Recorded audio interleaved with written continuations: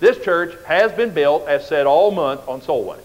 You know, some churches get built because they are successful in fishing from the other churches' aquariums. This church has been built on evangelism and soul winning. So what would I do? I would go calling Monday night, Tuesday night, Thursday night, and some on Saturday. I did this for the greater part of 30 years. You ever wonder why there aren't a lot of weeknight board meetings around here? You can't sit around fiddling with a board and go soul winning. So we always chucked up Sunday full with our meetings so I could be free to do the other. And God bless that. And people started to come. And we visit them, and they'd come, and we go out in the home, and they'd get saved. And couples like Glenn and Doris Tabler, others who key guys on our deacon board of the past that's still serving faithfully, they were a product of that sort of thing. I remember my first soul-winning encounter at Bethesda. I was interested. They put it on the video. Vera Crawford, wonderful Christian woman. She doesn't live close here, but she comes here frequently yet. But Vera, anyway, lived down the road, not even a mile, just about halfway down this road, going south. And my wife and I noticed she was in the service, and we knew she wasn't a member. I think we thought probably she's unsaved. And we thought, boy, she's going to be tough, hombre. She's going to be tough. Because surely everybody's talked to her about getting saved. But I thought, oh, well, I'll go call on her. So I went to her home and knocked on the door, and she invited me in very nicely, and I said my usual thing.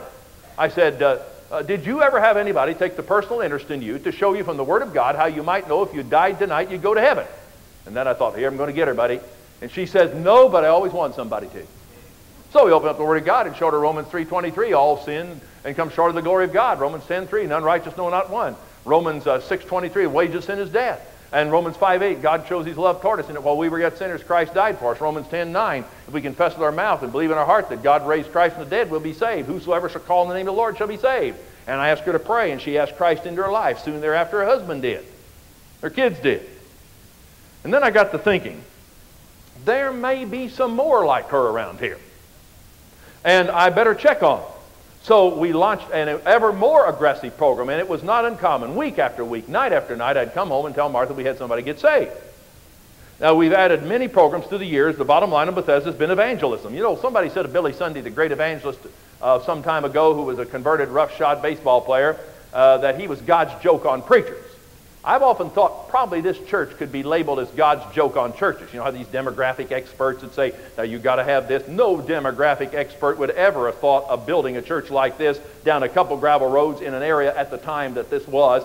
But God says, I'll show these demographic experts I can build a church.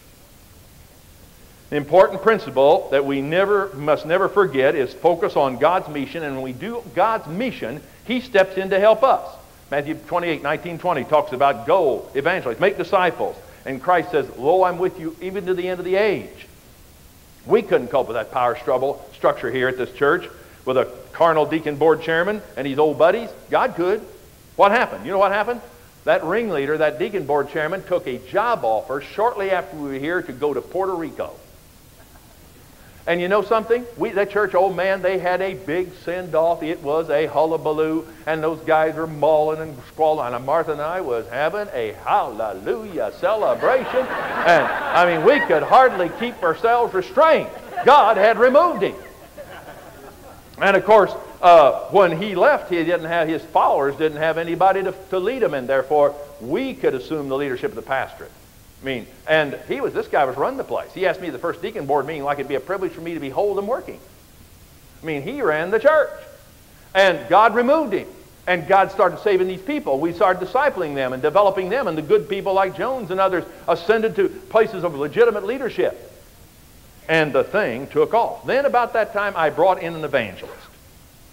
And that guy made the carnal crowd so mad, they started leaving this place like rats jumping off a sinking ship. I'm telling you what, it was something else. And when the meeting was over, one old boy got up and he said to these good people, he said, there's a bunch of fools in here following a fool. Now, that was me. And boy, was he mad. Well, what did I do with that guy? We prayed about it. I don't want to come over super spared. We just prayed about it. We didn't have any other options. We had a great God, though. This is a miraculous place. You know what? God nearly killed that guy. Now, most people get sick. They're godly people get sick as well as the ungodly. It has nothing to do with their spiritual condition. But sometimes God knocks one in the head. That's a problem. And he took care of that bird. That fella, he cooked his goose. I mean, he was laid low, and he never did get over it to any degree. And he was fixed. And that took care of that one. And you said, why did God do that? He said, I'm going to bless this place. God said, this guy's trying to win some souls around here. I'm in the soul winning business, and this yahoo's not going to stop it. So don't miss the point. You know, those old boys said, they got more people going, they don't miss you around here, those old boys. They got more people going in the front door and going out the back. And by the way, I try to teach my young preacher boys that some of these guys get in and hassle these things in church. Say, hey, get more coming in the front door. You won't have to worry about the ones going out the back. This church took off spiritually and numerically and financially in the 60s. By the way, those 97 people only gave $12,000 a year. That was our budget. We'd have a depression if that happened in one Sunday. Oh, only that. I mean, a year. And now our income's over $3 million a year in this place. Yeah, how's that happen? Well, you win a few fish, they got coins in their mouth. And that's what happened in the 60s and the 70s. People started getting saved and they got on fire for God, and they started to give.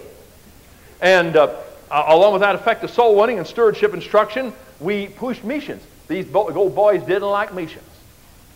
And Walter Clark, great man of God, who, by the way, his son-in-law is Don Wirch, who's been a prime mover in the Baptist Children's Home.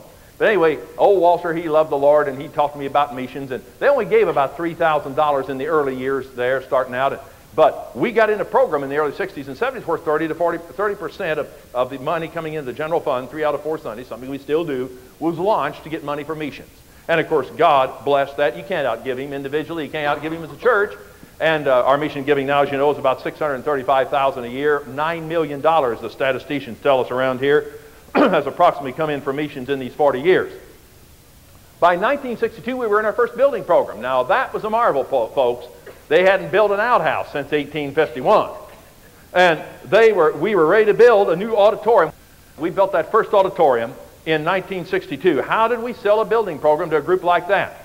Well, simply, they hadn't done anything but a restroom before. How did we do it? Clear need. Clear need.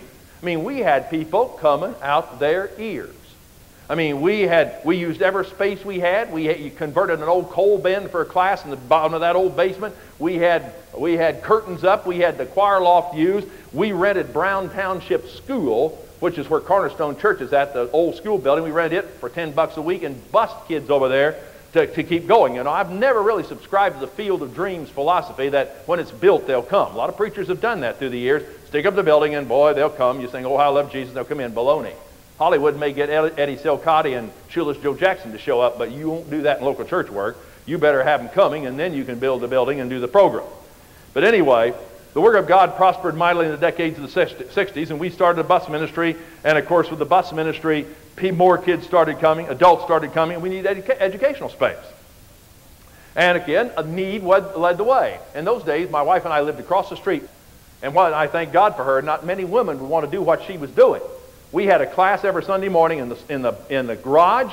Had a heater put in there for it for wintertime. We had a class in her kitchen. We had 3 in the basement. And this went on for months and months, I don't know, maybe years, while we were in the process of doing that. Need sold the way. And, of course, we started adding staff. And Sunday school cams, pains, folks were bringing visitors, and couples getting saved. By 1968, less than 10 years after coming here, we hit 1,000 people for the first time. That was Easter Sunday, and bear in mind that helps you a lot. But it was a momentous thing to hit 1,000 people in less than 10 years' time from 97. Again, we, of course, needed more space. And that time, we needed this auditorium to be built. Again, how did we do that? How did we sell that need? Well, that was in 1970, but in 1967, when we needed so much educational space, we built the building where my office and the offices are out, and towards where most of the staff guys' office. That was a big open area at that time. And what we did, we put closed-circuit television in there, and we beamed the Sunday morning service back into there to people, different weeks sitting there. And guess who I put there? Not the visitors, the deacons, and the leaders of the church. It does wonderful things to sell building programs and increase offerings when you put the deacons and the leaders of the church out there. So anyway, about that time, one of my deacons came to me and he said, you know what, we ought to really make this a real sacrifice offering. He said, let's challenge the people to give the equivalent of a week's pay. Good idea. And many people jumped on board, and we had our fall offerings at that time shot up.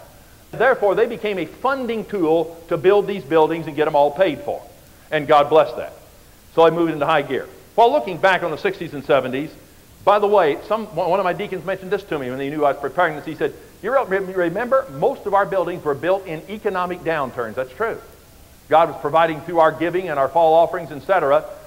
And we had capital coming in, and we went ahead and built. And as a result, we had hungry contractors needing work, making great prices, and it really helped us in building our buildings. As a part of that expansion of the work, though, we needed things that God provided. We needed land. We had only 1 acre when we started here. And interestingly enough, most of the ground you see at this place, most of it, almost all except the parking lot across the street, that lot over there, almost all these 43, 47 acres, we bought at one time or another from 3 ladies who inherited it and were Catholic ladies that cared about this church. We owe them a great debt, and they sold it to us for $2,200 an acre, most of it. Now it's $40,000 and $50,000 an acre, and it was a great price then. And bless the Lord for that.